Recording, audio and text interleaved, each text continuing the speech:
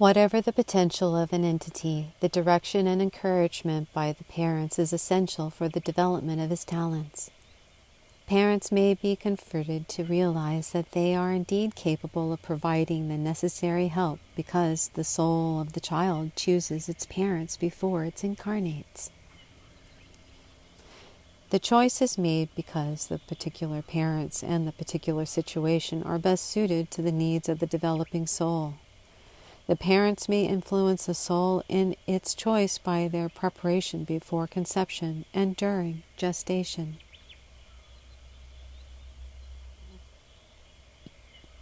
Here we have rather an exceptional entity, because of preparation in the minds and hearts of the parents, especially of that entity carrying for this entity through those periods of gestation. An exceptional musician, especially piano. If the opportunity is given here, we may have to the world music of America that Sir Joshua Reynolds was in his field, for it is the same entity. The soul has within it an ideal or fixed purpose for incarnating, which is known by the soul itself and which may be developed only through the will of the entity.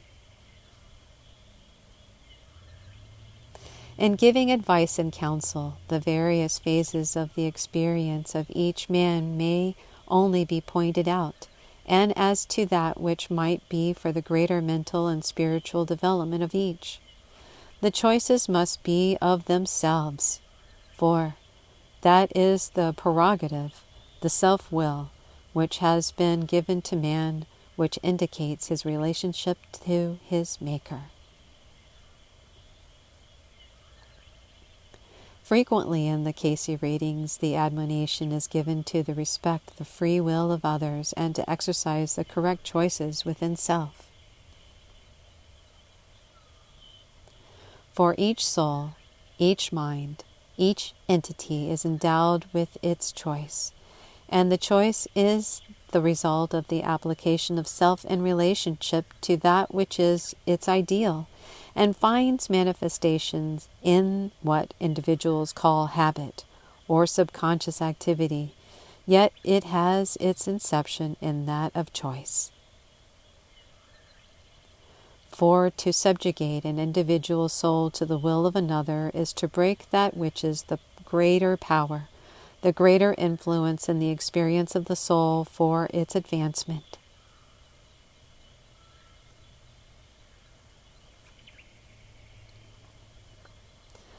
Parents wishing to apply this concept may introduce the child to possible choices and should be sensitive to his inclinations. To follow gently the direction of the young child's interest is to give the new personality the greater opportunity for developing its latent abilities.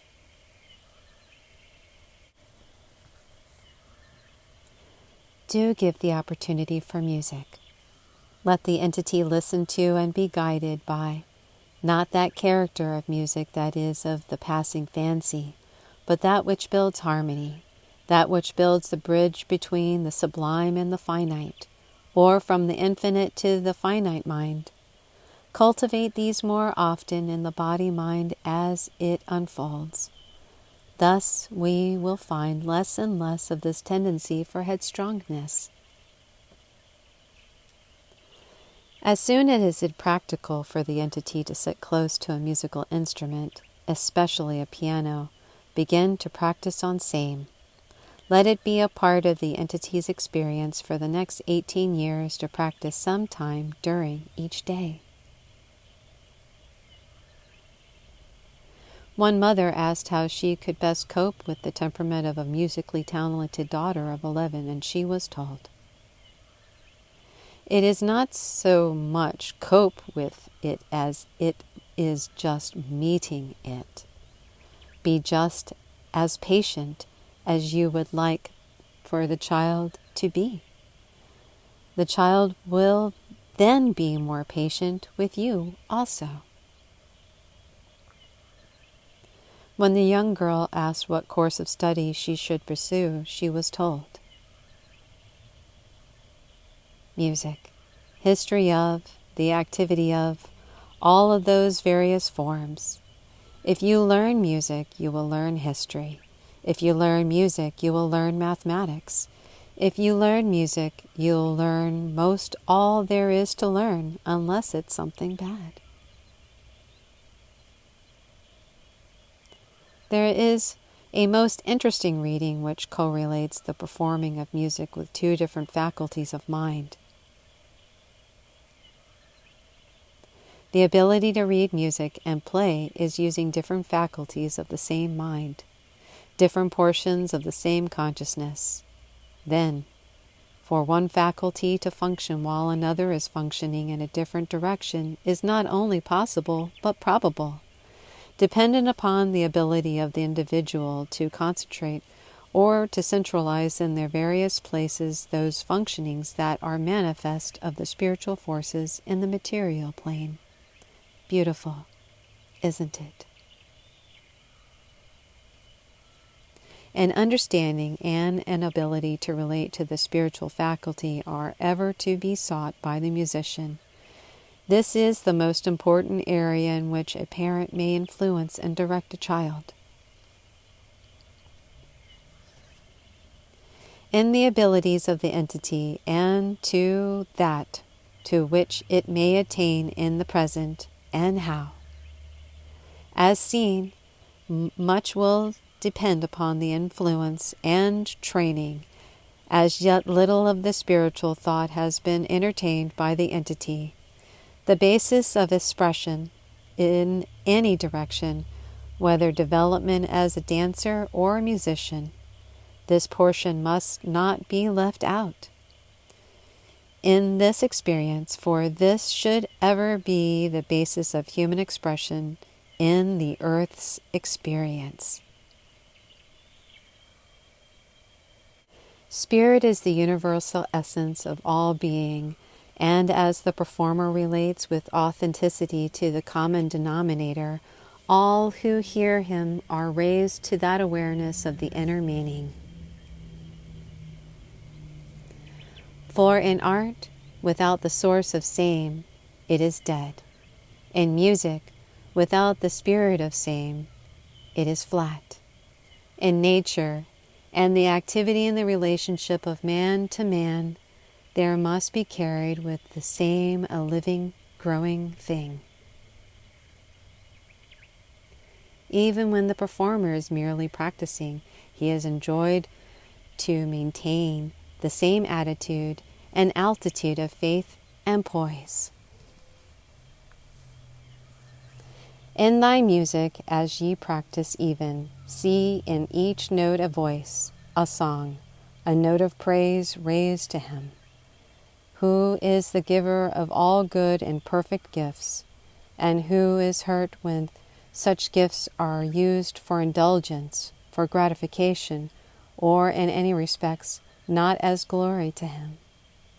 Not that this is selfish, for as it glorifies him, it is ever as he gave. Quote, and I, if I be lifted up, will draw all men unto me. End of quote. That means thee to the glory of the Father in the Christ, and he has promised to be with thee. He keeps his promise. Then it is necessary that you keep yours with yourself first, and those who love you, who trust you, yea, even those who hate you, not because of them, but because of him, who is the right. The Cayce readings place the concert artist, the teacher, and the choir director in the same position of influence and therefore of the responsibility to bring happiness through their music. Hence music, beauty, joy, harmony, even song, should be a part of the unfoldment.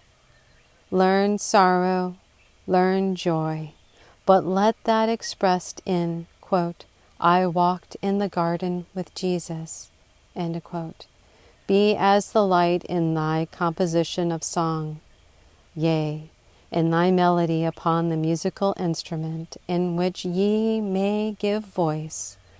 Practice the more upon the organ. Let that be a means or a way of expression as well as upon the piano. Make music, the piano, the organ, song, thy life's work, as a concert artist, as a teacher, as a director in choir, or the like. These will bring to the entity the opportunities for each being a channel of blessings, and bring peace into the soul of the entity, which brings happiness and gladness under every circumstance. The importance of attitudes was stressed. From the stage, the mass of people which make up an audience gives an impersonal appearance and the potential for personality. Response and intimacy lies within the creative ability of the performer.